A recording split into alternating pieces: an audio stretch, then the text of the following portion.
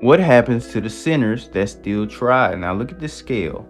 As you can see, this individual done a lot of good, but they also did a lot of evil in their life. It's kind of balanced out. Believe it or not, this is what your average person scale looks like though. Um, you're pretty much balanced out. Most people, especially people who have no idea what Torah is, they're just living their life. They're living the average party life. They're in the world, you know what I'm saying? This is what their scale looks like. They don't realize it, but they did a lot of evil just as much as they did good. And what happens to these people? They at least still try to be good though. That's why they have some weight on the good side. They weren't just purely wicked and evil, heartless people. They're balanced. Believe it or not, this is what a lot of your family members, a lot of your friends' scale looks like. You know what I'm saying? So what happens to them? First, we must know what energy they're putting out. And if you want to know what happens to somebody after they die, you have to know, first of all, what energy did they put out while they were alive. And that determines where they will go after they die. And it's very simple. They put out evil, negative energy while they were alive. They also put out good, positive energy while they were alive, right? So what that means is they have to get both of that back. They have to get both of that back after they die. And there's only one place you can go that you can get both negative and positive energy back to you, and that's Earth. Earth is the only place that you can have good things happening to you and bad things happening to you in the same day, right? It's not going to be staying permanently in Sheol suffering. It's going to be coming back to Earth, because Earth is a place where you can get that good energy and that bad energy back. The wicked did not do that much good, if they did any good at all. Therefore, they went down to Sheol to suffer and nothing else, no good energy at all. However, when it comes to the average people, this is Psalms 49 verse 16. This is talking about just a regular individual, not a righteous individual, not a wicked individual, but just a rich man, as it says. Be not thou afraid when one is made rich, when the glory of his house is increased. For when he dieth, he shall carry nothing away. His glory shall not descend after him. Though while he lived, he blessed his soul, and men will praise thee, when thou doest well to thyself. He shall go to the generation of his fathers, they shall never see light. Now this scripture is a purposely mistranslated scripture. They changed one word in this verse and completely changed the very meaning of it. It says when a regular person dies, they will lay down with their fathers, they will sleep with their fathers, but it said they will never see light. That's false. That's not what the Hebrew said. When we go into the Hebrew, the word for they will never is just simply ad, which means until, right?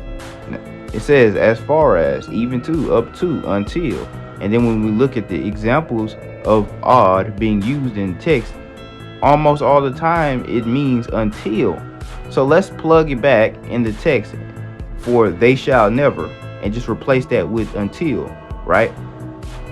It says he shall go to the generation of his fathers until they see light, until his fathers see light, right? So understand what that means. That means he shall go down to Sheol, where his ancestors are, to sleep with his fathers until they see light, until his fathers see light, which means until his fathers reincarnate back to the earth. He's gonna go down there. He's gonna see his fathers reincarnate back to the earth, and then eventually he's gonna reincarnate back to the earth, because they will eventually see light until they see light, right? So now we're gonna look at Psalms chapter 90. Now, in the book of Psalms chapter 90, we have to understand that this was written by Moses.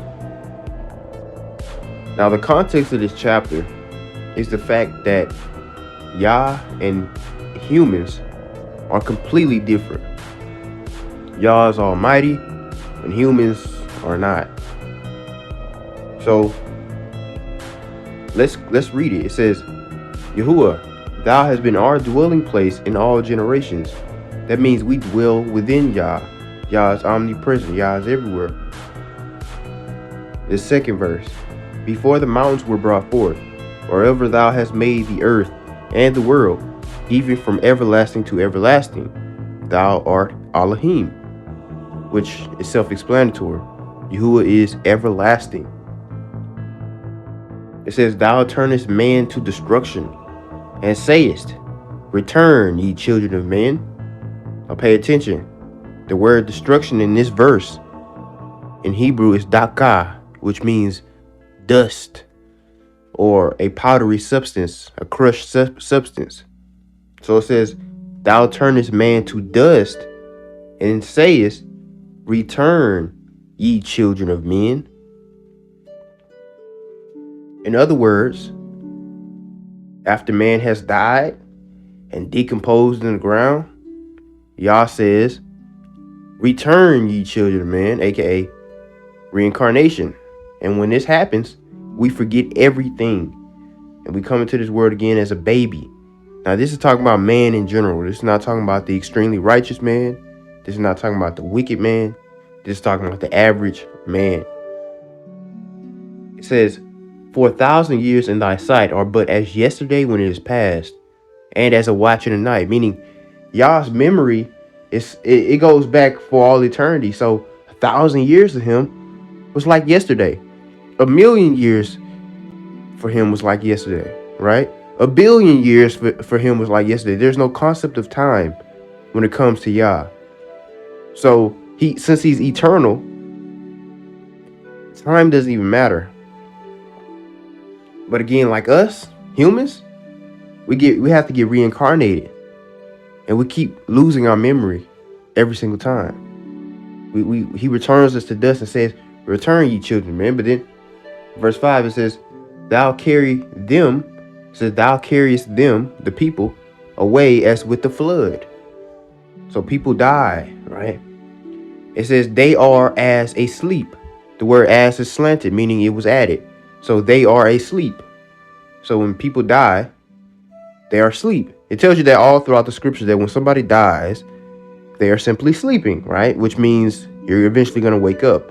Reincarnation is a Hebraic thought. It's a Hebraic idea.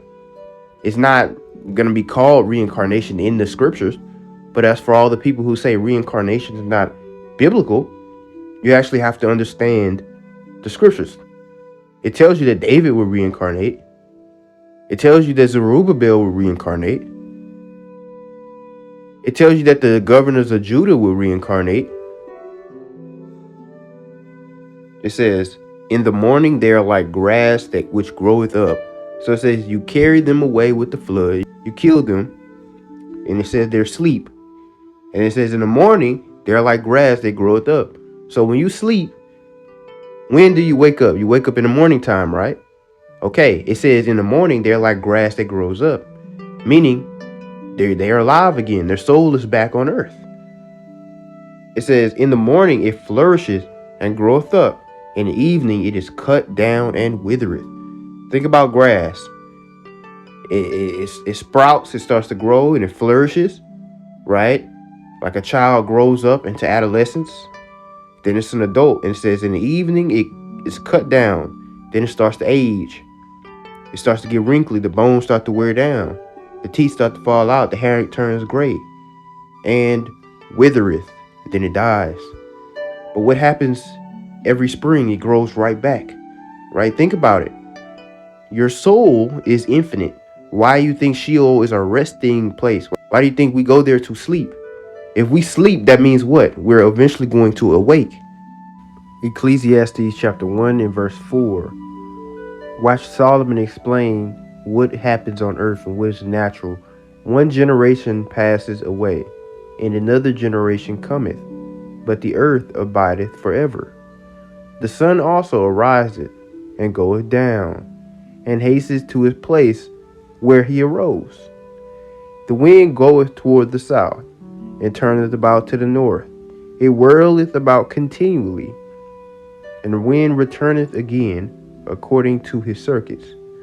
All the rivers run into the sea, yet the sea is not full. Unto the place from whence the rivers came, thither they return again. All things are full of labor. Man cannot utter it. The eye is not satisfied with seeing, nor the ear filled with hearing. Now that's a very important verse. When he says all things are full of labor, that actually means everything is very thought through and complex, and man can't even explain it. It says the eye is not satisfied with seeing, meaning no matter how much things you see, you will still never understand the entire nature of Yah, nor the ear filled with hearing. No matter how many things you hear, learning is not complete. It says the thing that hath been, it is that which shall be, and the thing which is done is that which shall be done. And there is no new thing under the sun. Is there anything whereof it may be said, see, this is new? It hath been already of old time, which was before us. Pay attention to what Solomon is saying. Solomon is explaining that everything in the universe happens in cycles, right? We got the water cycle, we got the rock cycle, we got the reproductive cycle, we got cycles for everything. Literally everything can be explained under some type of cycle. There's cycles, because that's the only way energy can be conserved, is by constant repetition. The thing that hath been, it is that which shall be, and that which is done is that which shall be done. And there is no new thing under the sun. So you think your soul is new? Even the new souls that came on earth for the first time were still technically old souls, because those souls always existed. They were energy that was once a part of Yah, that he separated and gave a mind of its own. If you believe that Yah finished his work on the sixth day, then you must believe that he created all souls before the sixth day as well. So with that being said, all souls in existence were created before the sixth day, or else he'll be making souls every single second of every single day, which is simply not true. So every soul has existed since the beginning of time. All our souls are eternal. They were once a part of Yah, but Yah separated that energy out and gave it a mind of its own. Now understand, that's why Yah told Jeremiah, I knew you before I formed you in your mother's womb. Meaning before you became a human, you were a soul with a consciousness and a persona. So when your soul come in this world, you think your soul is new? Do you think it's the first time it existed? Do you think it's the first time it been here? Psalms 139:15 says, my substance was not hid from thee when I was made in secret and curiously wrought in the lowest parts of the earth. Now pay attention to this. Pay attention to this. It says he was wrought in the lowest parts of the earth. What are the lowest parts of the earth? Sheol, right? The place where most souls go after they die. Our souls are wrought in Sheol. So what does that mean? When we go to the Hebrew word for the word wrought, it says rakam, which means needlework, embroidery. It means fabricate, basically to design or detail something. So with that being said, his soul was in Sheol and it was getting detailed. Detail was added to the soul in Sheol. Before he came in his mother womb, before he was in his mother womb, where was he at? The lowest parts of earth. So let me ask you this question. According to scripture, when we die, we go to Sheol, correct? Yes, the realm of the dead, which is underneath the earth. We can see that all throughout scripture. I don't really need to prove that, right? However, it says right here that when he was made in secret, he was wrought in the lowest parts of the earth. He was made in the lowest parts of the earth. So let me get this right. When you die, you go to Sheol, right? But you were also in Sheol before you were born? Doesn't that mean you reincarnated? If you like to build your ruach or your spirit, you must like to build your health as well. Check out our website, J&R Eden Herbs, for all your holistic needs. We have over 100 quality products that include supplements, teas, soaps, incenses, tonics, and more at very affordable prices. Click our link in the description to heal yourself today.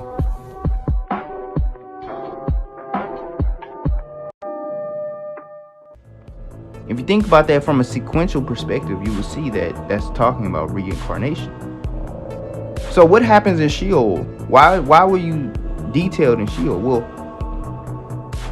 when we are in Sheol, before we are born, a lot of things happen to us that we don't know about. We don't really know the full details of. That's why it says he was curiously wrought in the lowest parts of the earth. Curiously meaning we don't really know exactly what happened, the details on what happened in Sheol.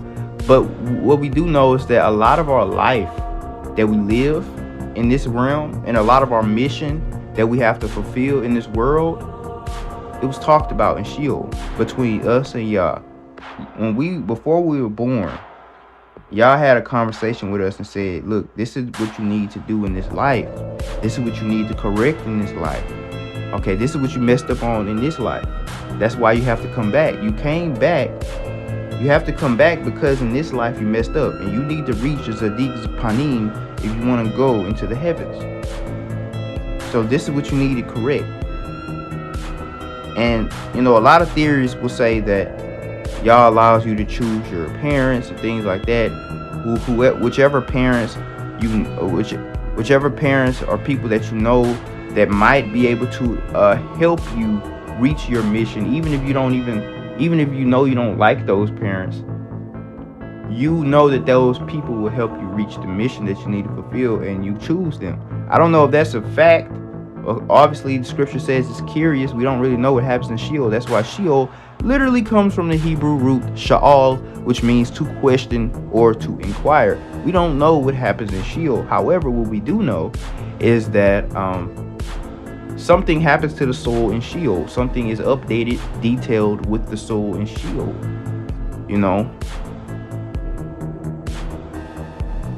Because in your past life, your personality was different than it is today. Just a little bit. It had some minor tweaks. Your personality is basically based off of how you were raised and the people that you're around. Your personality is not based on your soul.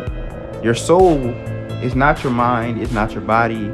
It's none of that. It's a neutral energy. So you can literally be a wicked person in your past life and come back to the earth again and be a saint, because again, your soul is not just something that just stays the same all the time. But in Sheol, it just determines some things that you must go through, some events that must take place that will help you fulfill your mission. And you needed to do in your last life that you didn't really do right, or you didn't fulfill, so now you got to do it all over again so that you can reach perfection and go up to the heavens. And we're going to talk about that in the next part of this video.